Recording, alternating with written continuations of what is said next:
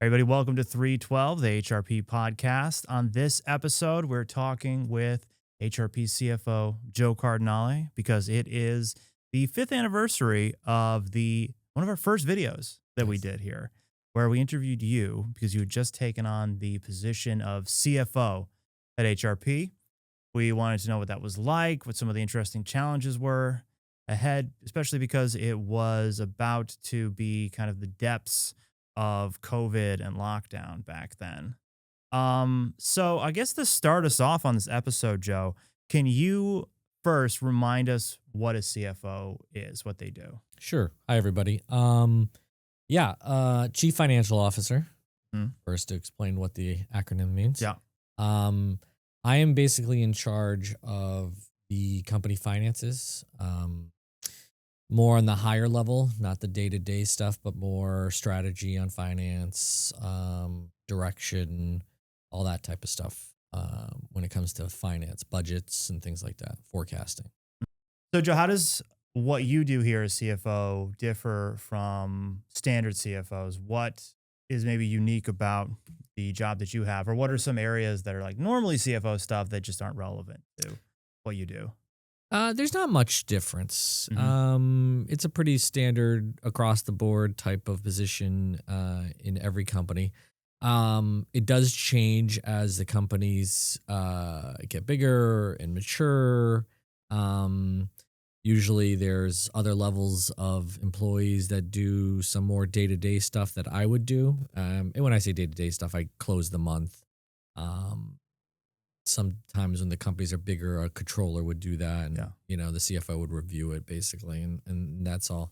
But for the most part, most CFOs in every company are in charge of the finances on the higher level, and are involved in the budgets and all the forecasting and mergers and acquisitions and things like that. Mm-hmm.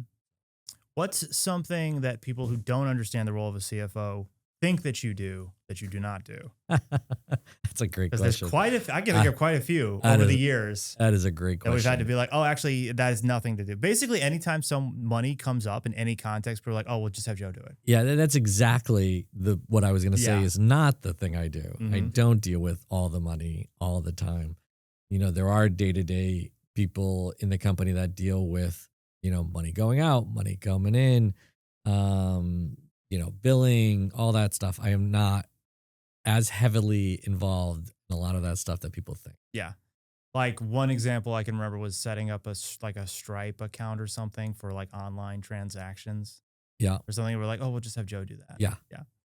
And again, I don't know how to do that stuff. Not relevant to CFO position. Not relative to CFO position. No. There's people will come in, ask about their pay raise, and I'm like, listen, I don't control individual pay raises. Mm-hmm. I control the bucket that maybe is allowed to everybody to do, but I don't go on the individual level. Yeah. So, last time your addition as CFO kind of changed the structure of the senior leadership. Not that wasn't how things were previously, but that adding you in kind of changed things up, and the roles that the company senior leadership was playing were kind of divvied up in a way specific to the people at the time. So can you tell us now who the senior leadership is? Remind maybe new time viewers who those folks are and what the specific roles are of those C-suite leadership. What we already talked about what you do as CFO. Mm-hmm. Maybe you can tell us CEO, COO, and how the three of you all fit together. Sure. It hasn't changed. I mean, I was added after the transition a year or so. But it hasn't changed since then, since the 5 years. We still currently have Dan Titus as our CEO, and a CEO where I set the direction of finance. He sets direction of company. Yeah. So strategy, what we're going to do as a company, that comes from the CEO. Then next is Tad Getchis, who is still our Chief Operating Officer, COO. He really is the guy who is implementing the CEO's vision. Okay. He's the guy who, as the title says, operations. So he's the one who takes the vision of the CEO, applies it into operations, and spreads that out amongst the company, Mhm. where I take his direction and fit it into budgets and finance and things like that. That's kind of how the three work together. Mhm. Um, there are other officers, not in this company, but in other industries, they would have other officers. But again, it always comes from any officer work would come from the CEO, and in their specific field, follow that direction. Yeah. So as I mentioned last time, this was one of the first videos that we did, our short interview with you. It was COVID. We were very limited in the office. If you look back on a lot of those videos, we are masked up, trying to figure out the best way to do things safely in the office and to film. But I'm wondering for you, what is it like looking back on that time?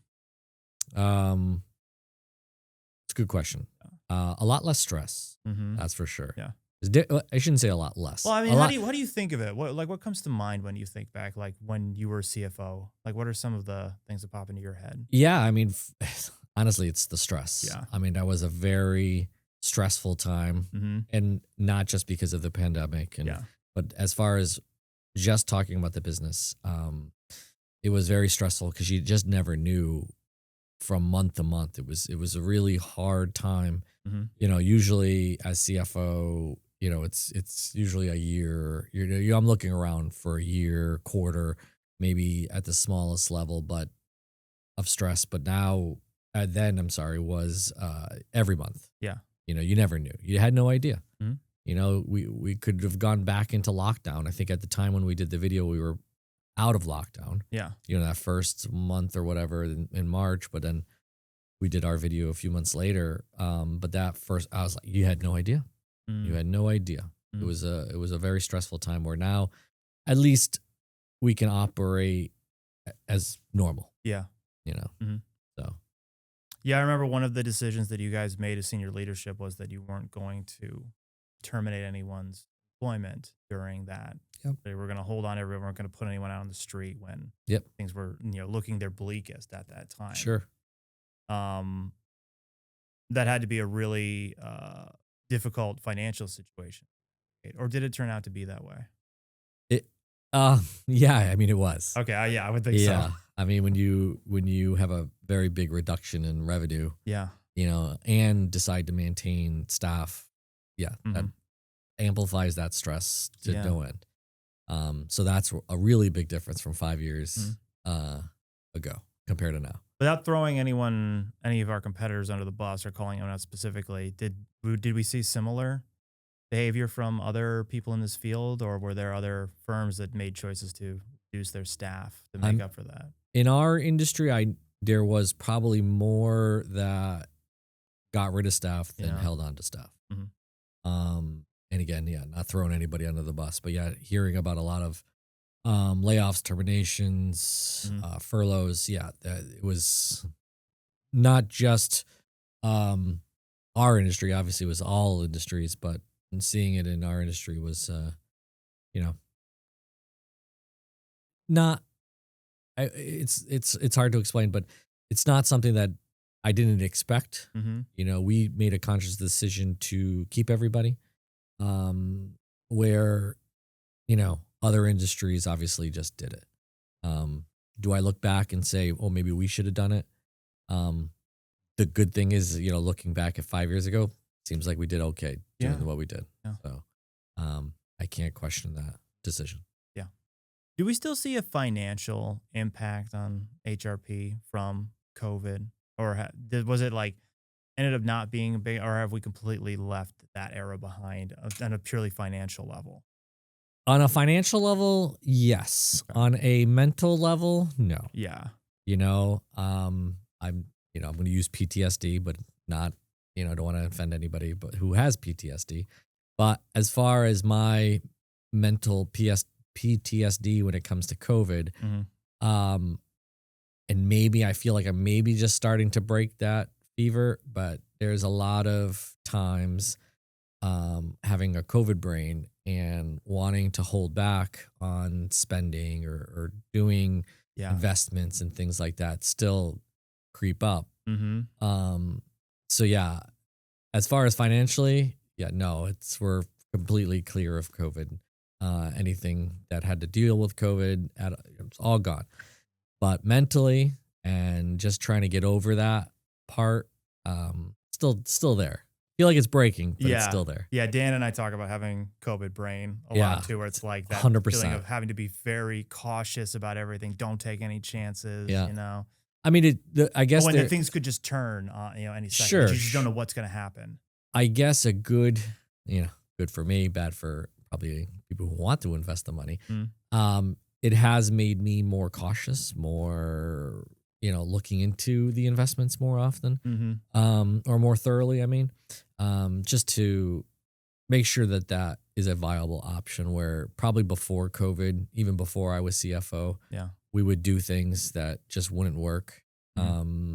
Where now I feel like, managing risk when it comes to that stuff, I almost have to thank COVID for that, because it kind of made me do that and still do that now. To be a little more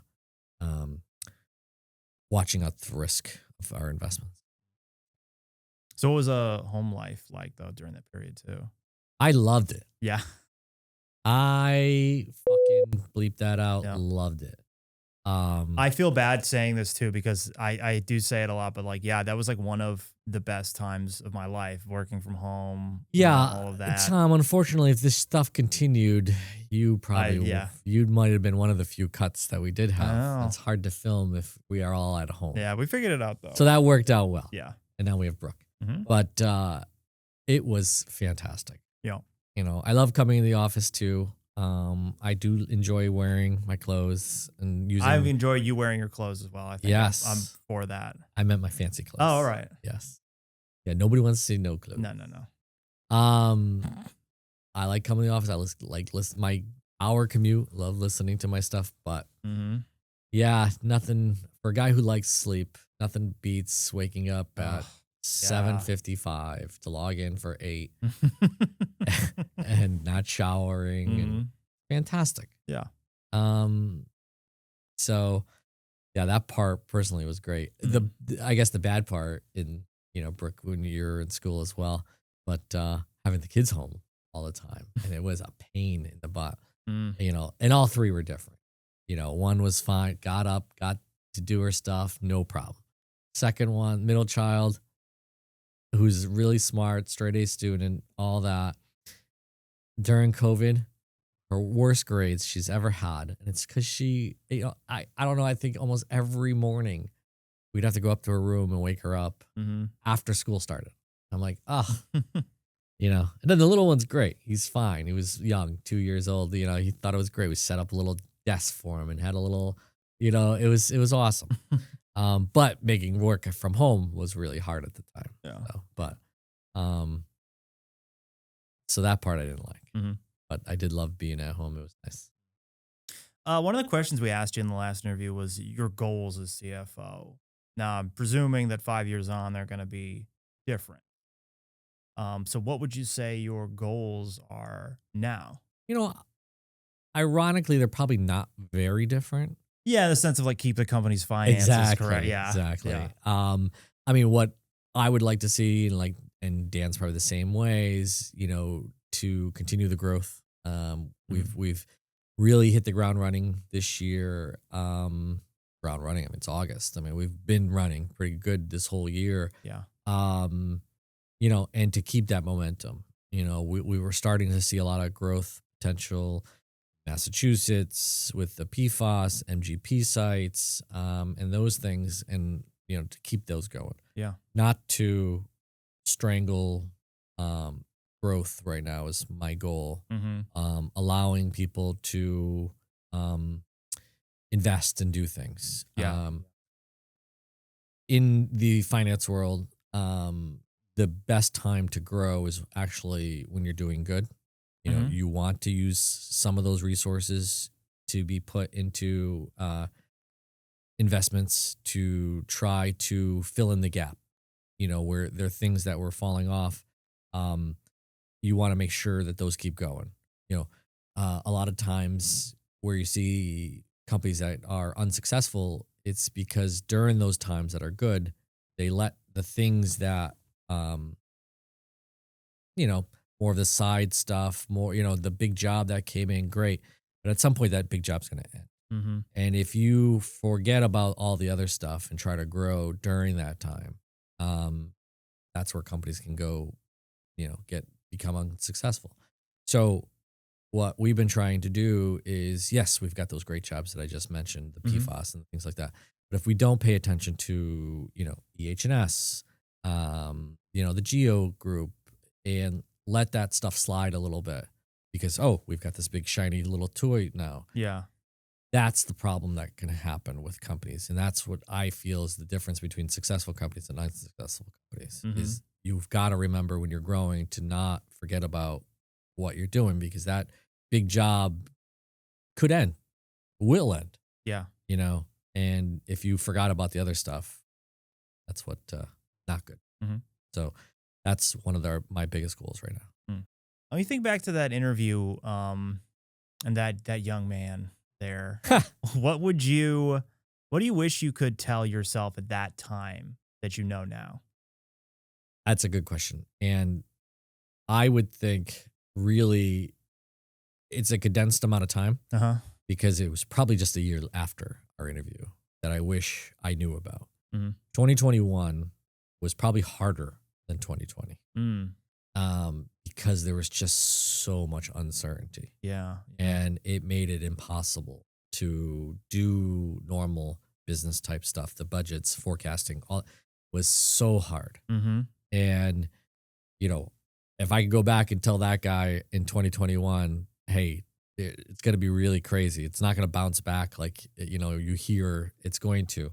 It isn't, especially in our industry. Yeah. And in our industry, recessions and downturns, we catch them late, Mm-hmm. but recover also late.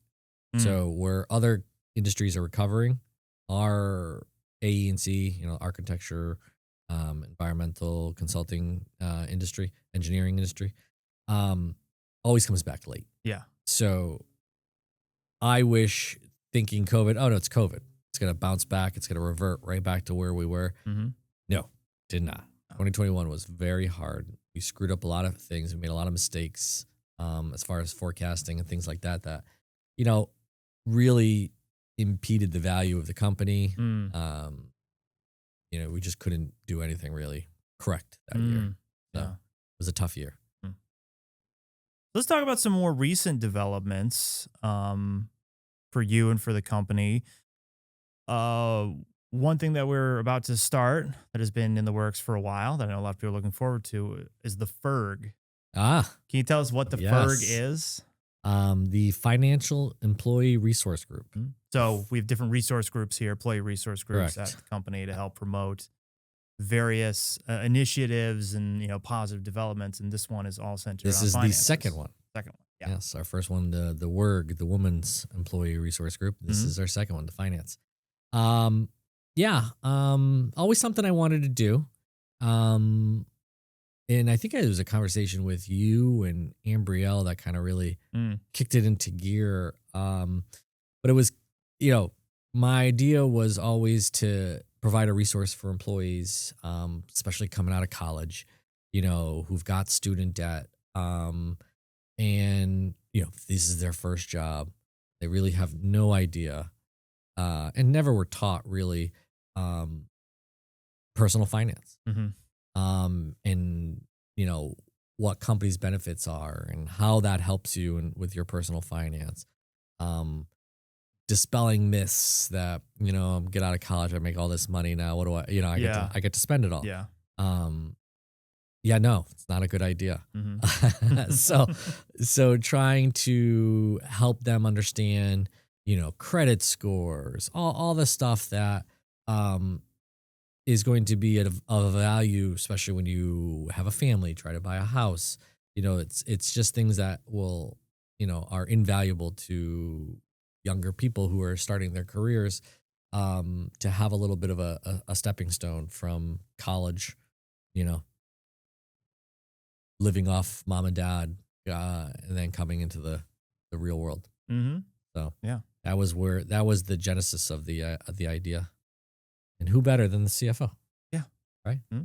So what is one, for example, one of the myths that you hope the FERG will bust for people? Well, I do want to promote our first one, probably in the next couple months, are going to be going through company benefits. Mm-hmm. So each company benefit, I'm going to kind of explain how does that impact them financially? What does it do for themselves? Yeah. Not just the benefit itself, obviously medical. Uh-huh. Okay, that's great. You have your medical, but what does that do for their finances? Mm-hmm. What's the is there a benefit to taking medical financially? And there's one of the myths. The answer is yes, it does, Mm-hmm. because it lowers their tax basis. So I'm going to be going through all of that in detail in our first FERG presentation.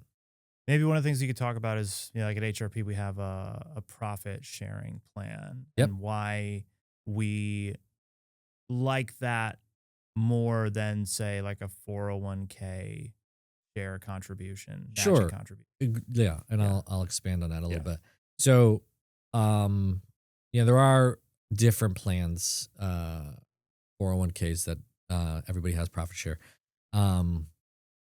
There are match programs. There are programs like we do and just give money to people. Me and Dan, mainly Dan, who sets the structure and direction of the company, and I also agree with him on this, is our plan provides money to everybody. Yeah. If you're not allowed, if you can't contribute to the 401k just because of life circumstances or whatever reason, we feel like it's our, I don't want to say duty, but an obligation for us to help those people. So help everybody. So for what we do is we give a certain percent every year to everybody. 100% of the company are qualified people. I think it's Deb will have to cross check this, but I think it's anybody who has been here for a year and work over 1,000 hours. Okay. I think that's who gets it. And again, that's everybody. Everybody gets it. I think if you left the company and you still worked that 1,000 hours, we would give you that money even if you don't work here. So everybody gets that. What a match program does, you have to contribute to get it. So those people that are not contributing, I will also go over this more in the FERG presentation as well. But those people who are not contributing don't get anything. Obviously, they're not contributing, so we don't match that and give them more. So we feel like it's better the way we have it, and the people who can't contribute at least get something. Yeah. And we feel that that's better. That new employee who hasn't been able to give, just because of student debt or something like that. So they 10 years into their career, they haven't given $1 to 401k for their retirement. We've probably given them, if we continue the plan, well, we are going to continue the plan we're doing, when they retire, might have a couple $100,000 because of that, obviously from growth and things like that. Yeah. So we felt that that's still better than a match program where that's nothing to these people. They'd get nothing. So, looking back on those last 5 years since you took the CFO position, what would you say that you're most proud of at that time? Well, obviously it was getting out of COVID. Yeah. That was hard. Investigating that PPP loan that was set up and all that stuff. Well, I should say that, and now I'm proud of right now. Yeah. We're in a really good position. We've been doing very well. We've also been mindful of our current services rather than all the new stuff, and make sure that we're not leaving things behind when those jobs end. So I'm really proud of the way we've done that stuff. And I also really like to say we. Yeah. It is sure I manage the money, but it isn't me who makes the money. Yeah. So taking everybody's hard work and being able to do that and use that to keep the company going, keep the finances going in the right direction, make sure our forecasting is on point. All that type of stuff is what I'm proud of. Mhm. So HRP is a non-traditional kind of consulting firm because we put so much of our resources into the culture, not just the time and the people. There's also a financial investment that goes in that too. So, and certainly what I do, is not something that any of our competitors or any company like us of this size attempts to do. Naturally, that presents a lot of challenges as the financial officer of the company, figuring out how you maintain all these things and still keep us financially competitive with all these other companies that do not take the time to make these investments and that don't value these things the way that HRP does. So, what advice would you give to CFOs at other companies that are trying to figure out how they navigate creating a financial plan for their company that allows them to function, but also allows them to have a real, viable, and vibrant company culture? Yeah. How do Well, you balance it out? first, if depending on who the CFO is, the CFO of a competitor, I would lie to. Yeah, of course. Yeah. Yeah. So, but if it's just an industry group and stuff, Yeah. I mean, in the consulting industry, there is one thing we have, and that's people. Mhm. So if we can't invest in the people, and it's not just about having a pizza party, Exactly. Yeah. Good job, pizza party, everybody. Thanks from the CFO. Mhm. I'll put a sticky note on the pizza box. Yeah. It's way more than that. We here at HRP developed a culture that, a culture. If you've listened to other podcasts with Bubba, you could hear a lot of those stories. Mhm. It's something that's since the beginning of HRP. But it's the investment in the employees that make a successful company. Yeah. Why we didn't lay anybody off Mhm. during COVID. It's why we invest in this studio and podcasts and things like that to keep our employees engaged in their work. Yeah. So we feel investing in employees, keeping them not entertained, but involved in the culture. Engaged, perfect. Yes. Engaged in the culture. It's only been beneficial to us. Mhm. It's one of those intangible ROIs that are impossible to measure. Yeah. But happier employees produce happier results, and obviously keeps the company going. Mhm. Wants people, they want to stay here. Yeah. It's a lot cheaper. I should say it's very expensive when new people start. So if you can keep your staff going, keep them happy, can't get any better than that. Yeah. Well, people, that will wrap up our work hard section. We're going to transition into the play hard section. But first, we have this word from our sponsor. This episode is brought to you by Halloran Sage, who recently sponsored HRP's Clays for Kids event. The attorneys at Halloran Sage are proud to join HRP as gold-level sponsors of Clays for Kids. Like HRP, we are committed to celebrating community, unity, and giving back. As an important part of our full-service firm, the Halloran Sage environmental, land use, real estate, municipal, and transactional team work hand-in-hand with environmental and land use consultants, municipalities, and private developers, offering team-based development, redevelopment, and environmental land use regulatory compliance. Whether you're navigating permitting challenges, addressing liability, or planning your next development, our attorneys can help.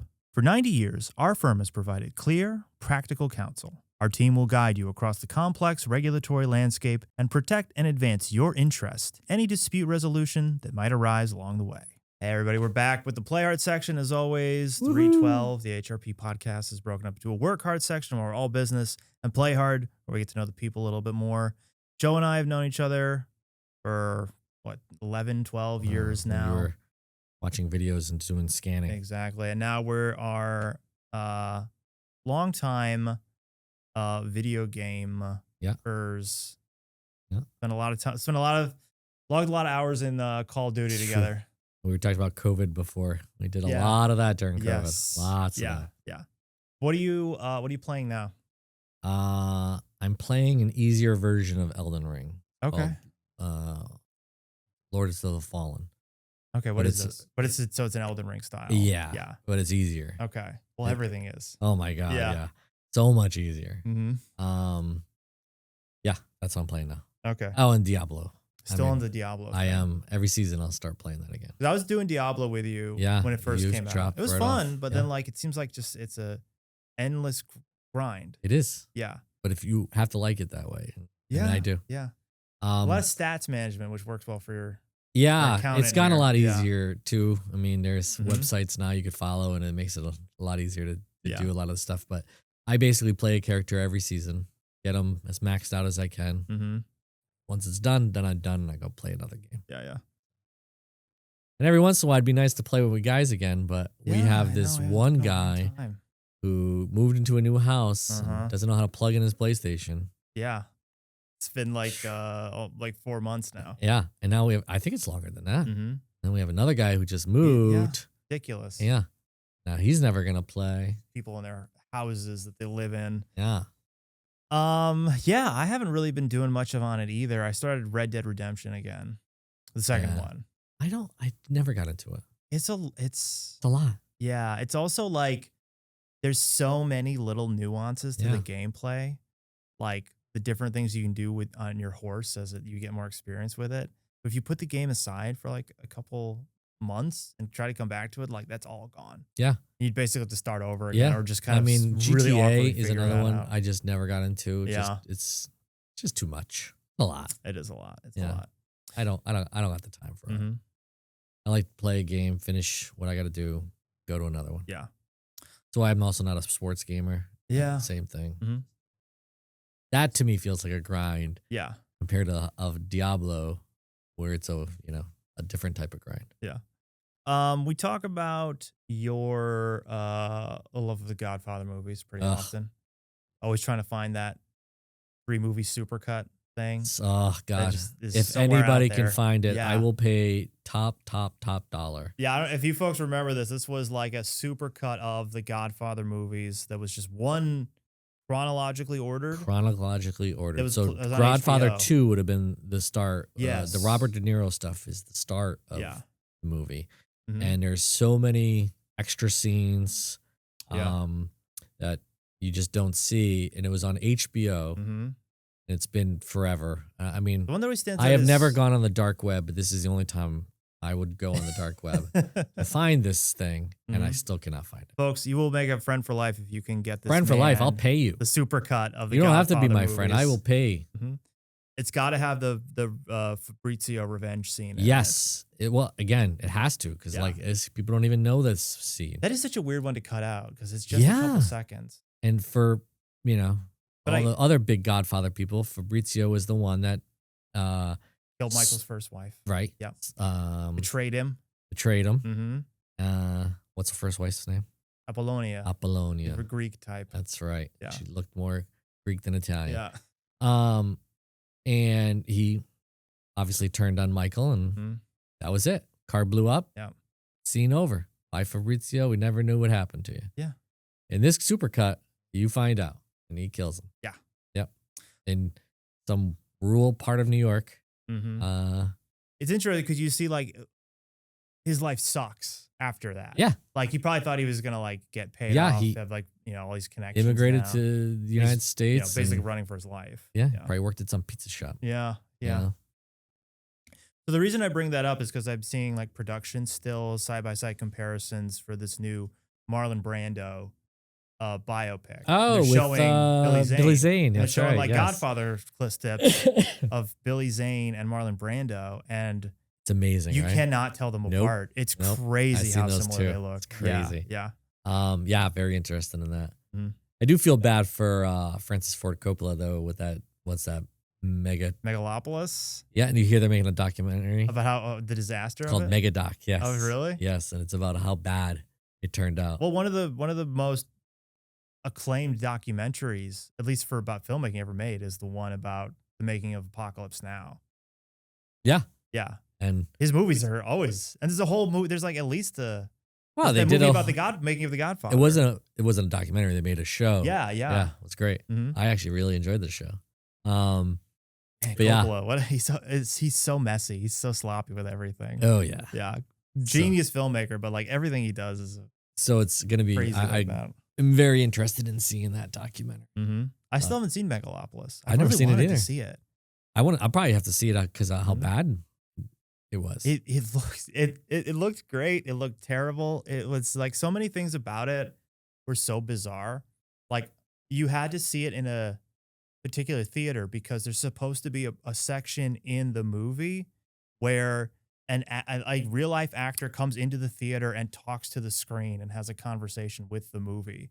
What? Yes, an actor would come out. A real person? Yes, a real person would come out into the theater. How would they do that? I believe Adam Driver's had a scene where he's talking to someone and that person's talking back to him and they're having a dialogue. Oh my God. I could just see. So they would have to have somebody go to every show and do this part of the movie. I could just see in order like for it a to work. 17 or 18-year-old kid that was working at the snack shop having to go run into a theater and do it on everyone. Here's my big scene. It's coming up. I think it's been like pulled from everywhere and you couldn't. There was a time when you couldn't watch it anywhere except for like it was one of the movies on like American Airlines flights. So you could watch it on the back of your seat and it on made this side. I think it made $7 million on a $200 million budget. Yeah. Oh, he used it was almost all his own money too. Because no one wanted to put anything behind this. There's that new DiCaprio movie. I want to see it. One Battle After Another. Yeah. Okay, so here's a little insight with that. So, this on the website I go to, it just gave it a 10. It's I didn't know this until recently. It's an adaptation of a novel called Vineland. Yeah. Which is written by I don't read. One of the most acclaimed authors of all time, Thomas Pynchon. Never heard of him. He was one of my favorites, and I've since like kind of gotten over it, mostly because of his sense of humor. What is a book? Yes, but the thing is that like Pynchon is one of like maybe the most overrated writers of all time. I would say that Paul Thomas Anderson is maybe that's a movie, right? He made this. Yes. Yeah. Okay. That's why he might be one of the most overrated directors of all time. Even though these are both geniuses here, they're working together, and I think DiCaprio is maybe one of the most overrated actors of all time. So you've got this like perfect storm of like pretension and people who think they're a little bit better than they actually are. I think this could be Paul Thomas Anderson's worst movie. I think it probably is, in my mind, it's probably guaranteed to be his worst movie. And maybe might be one of the worst movies ever. Like this could be. We're talking about Megalopolis worst? It could be in that category. I think it could be that bad. It's gotten. I'm kind of calling my shot now. If it turns out to be a new masterpiece, I'm going to look very silly. The review just saw it was pretty good. So but there were people who were also saying that about Megalopolis. Good point. Yeah. So on the media topic, what are you watching these days? There's a new show on HBO, Task. Yeah, Task. It's just Task. Task. Yeah, very good. Been watching it too. FBI. Yeah. Yeah. Looks very interesting. We watched The Hunting Wives. Okay, yeah. Yes. And I don't know, folks, if you can hear that out there, but Brooke Casella, the new production department employee, really got a kick out of hearing that Joe is watching The Hunting Wives, which you would, if you've seen it, you'll know why. Yeah. So I thought it was that type of show when I'm watching it with my wife and everything, and I'm like, how much can it be? And it wasn't as much as I thought. Like when I got told, no, it wasn't hope. Come on, CFO, I can't talk like that. But it turns out to be a pretty good murder mystery type of show, and I was like, oh, look at that. Yeah. But then it ended terribly. Yeah. I'm like, what? How is this an ending? I mean, it wasn't even an ending. It was like a to be continued. Like I hate when they do that. And more. Yeah, but you don't. How do these people know there's going to be a season 2? Mm-hmm. But yeah, so we watched that. Wasn't the best choice, but whatever. Netflix. Yeah. The winner of the streaming wars. Task is excellent. Task is very good. Maybe one of the best pilots a first show. Yeah. Because I feel like a lot of shows, the pilot's kind of whatever. It's just, Very true. It's just doing what it needs to do to get the ball rolling on the show. But this one really kicks right grabs into you. gear. Oh my God. Yeah. So good. Yeah. And then I'm also, it's about to wrap up. But Alien Earth. Yeah. I do want to watch. Very good. Oh, I did watch Stick on Apple TV. Which one's that? It is we got to get a hot mic for you over there. It's So you can join in. it's basically Ted Lasso but with golf, but it's not. Somebody told me that, and I'm like, this is not even close to Ted Lasso with golf. Stick is it's very deep. It's not that I cried, but it's pretty sad. Yeah, I couldn't do it. I can't do sports stuff, and I don't know. That doesn't bother me. Oh, was Owen Wilson, right? Owen Wilson. Yeah. It seemed a little bit much for me. Yeah. Couldn't not a. It's funny. I saw Owen in was the Wedding Crasher? Was who's the other actor in Vince Wedding Vaughn? Crasher? Vince Vaughn. Yes, yeah. But they're in a commercial now together. Mm-hmm. Yeah, I saw them together. Yeah. Pretty funny. Landman, the Billy Bob Thornton one. Yeah. I want to watch that one. Landman. Titus is one loves that. Dan show. does love that, but that's one I want to watch. Brooke, let's switch spots. I'm gonna have you come in. Everybody, this is Brooke Casella, the content creator here, just hired. This is your first podcast appearance, I think. Yeah. So Brooke's gonna jump in and talk TV with Joe, and I'm gonna man the cameras. I started Yellowstone, hated it, and then got really into this like prequel because it was like different, and I felt like Yellowstone was a little bit intense in terms of like sex, drugs, rock and roll type stuff. But this is Yahoo! Yeah. But this was like this family going through like what was that trail called? Dutton? Yes, the Dutton family. Nice. What was the trail? The Wyoming? No. Oh. The trail that a lot of people took out west. Oregon Trail. It was them taking the Oregon Trail and all like trials and tribulations, and it was like intense. And I really enjoyed it. It does have one of my favorite actors in it. But never been a Western. Like I could never get into them ever. Not even like the good movies and stuff. Just never. No, this was the only one I got into. That's why I recommend it to everybody. Yeah, it's intense. I'll tell my wife. She'll watch it. Yeah. She'll probably like it. I did another Apple TV show that I absolutely loved, and Harrison Ford is in it, who is probably my favorite actor. But Shrinking on Apple TV. Oh, yeah. I love that show. Great. Literally one of my favorite shows. I enjoy to have a variety of TV shows, like deep and emotional stuff, something that I can laugh to, and then something that's a short sitcom, like the new re-up of The Office. Like how is that? Have you watched it? Is it good? I've fallen asleep to it, but when I wake up, I laugh. Oh, well, that's good. Like it's not. I don't think it's going to be good at all. No, it doesn't keep your. If you have the intention, I'm going it's going to be. They should have stopped advertising it that way. They should have, because it's really different and all the characters are different. But it's Oscar's in it actually. I know, I did see that, and he's funny, but it doesn't have the same dynamic. So it's just, I don't think it. Unless Kevin was in it, then I'd really watch it. But a funny show, and we were just talking about this, me and Tom, the other day, or yesterday, but Curb Your Enthusiasm, to me, is one of the best comedy shows of all time. I mean, oof. I don't know, Tom, better than The Office? Newer seasons, obviously. The older seasons were a little rough. I mean, when you're watching it before HD. Yeah. I think it depends on like. Also, The Office. Sense of humor.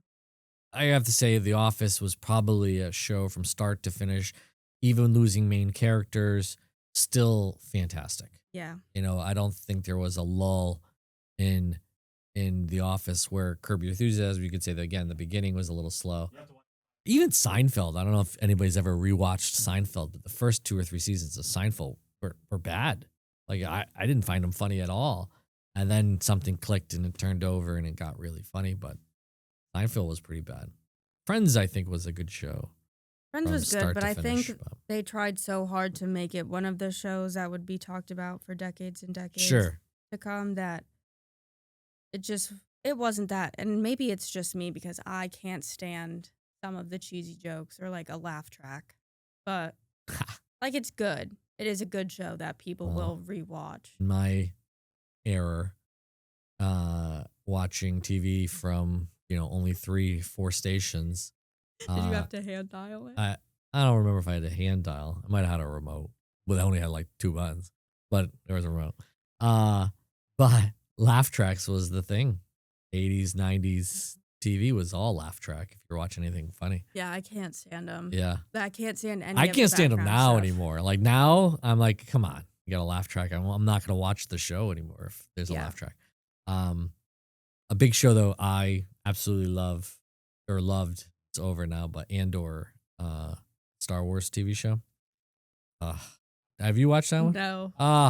You don't even have to be a Star Wars. You don't. Well, I've seen Star Wars movies. I like the Star Wars Sure, movies. but you don't even have to know that this was Star Wars to enjoy it. Really? Yeah. I don't think there's any Jedis. I don't think there's not a one in the show. Not a single lightsaber. Wow. Yep. The next thing on my watch list is one or all of the Harry Potter movies because I've never seen them and I get berated for it. Love it. All the time. Yes. I'm going to fire you. You don't watch it. I love Harry Potter. Loved it. Yeah, everybody does. And Have I read the books? Nope. Nope. 'Cause Not a reader. I don't read.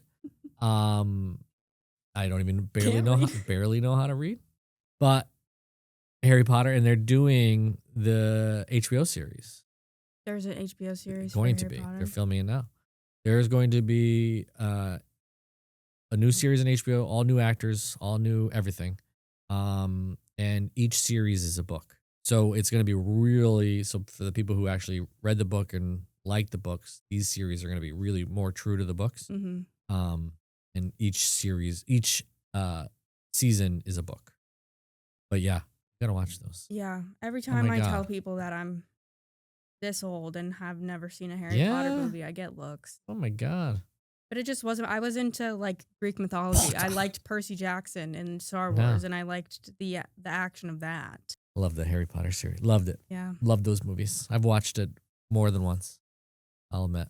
I should. I feel like there's like a few things that like in your life you have to watch. Yeah. I think Harry But Potter. Lord of the Rings.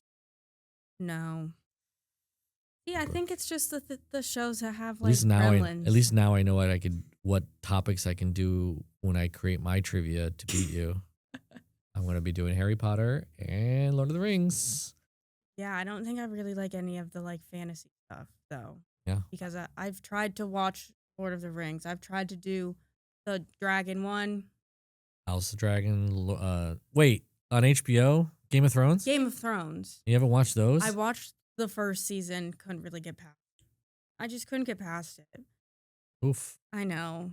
Although, those are the best. The early seasons were the best. That I series watched fell off. the Red Wedding episode, and that was good. And then I just didn't get past that.